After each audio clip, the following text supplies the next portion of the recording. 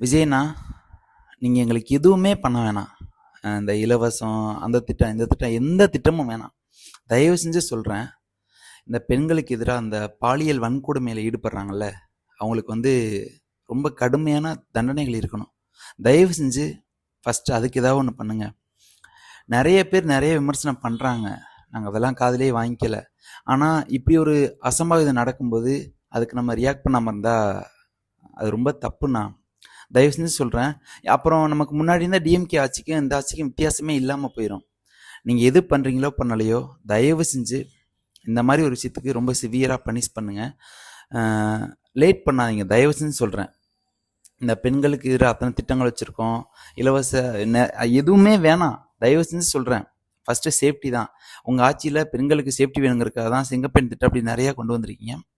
இப்போது கும்மிடிப்பூண்டியில் ஒரு 3 வயது குழந்தை பாலியல் துன்புறுத்தலுக்கு ஆளாக்கப்பட்டு கொடூரமாக கொலை பண்ணியிருக்காங்க. எனக்கு ஒரு மாதிரி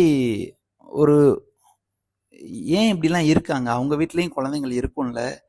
இதெல்லாம் தாண்டி அவங்க பண்ணுறாங்கன்னா அதுக்கு எங்கேருந்து வருது தைரியம்?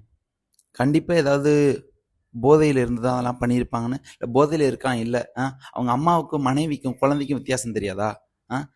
ஏன் இப்படி ஒரு கேவலமான ஒரு ஜென்மங்களாக இருக்காங்கன்னு எனக்கு தெரியல.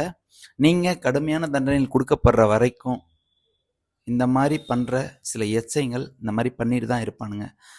போடுங்க, தூக்கில் போடுங்க, நடு ரோட்டில் நிற்க வச்சு சுடுங்க. தயவு செஞ்சு சொல்கிறேன், இந்த மாதிரி யாராவது ஒருத்தருக்கு பண்ணால் தான் பயம் வரும். அப்போ தான் இந்த மாதிரி குற்றங்கள் அதாவது சுத்தமாக இருக்கவே இருக்காது. உங்களை கெஞ்சி கேட்குறோம், நீங்கள் அவ்வளோ இலவச திட்டங்கள், தமிழ்நாடு வளர்ச்சி அடையணும், இதையெல்லாம் தாண்டி முதல்ல தேவையான ஒன்று என்னென்னா பாதுகாப்பு. சுதந்திரமாக இருக்கணும்.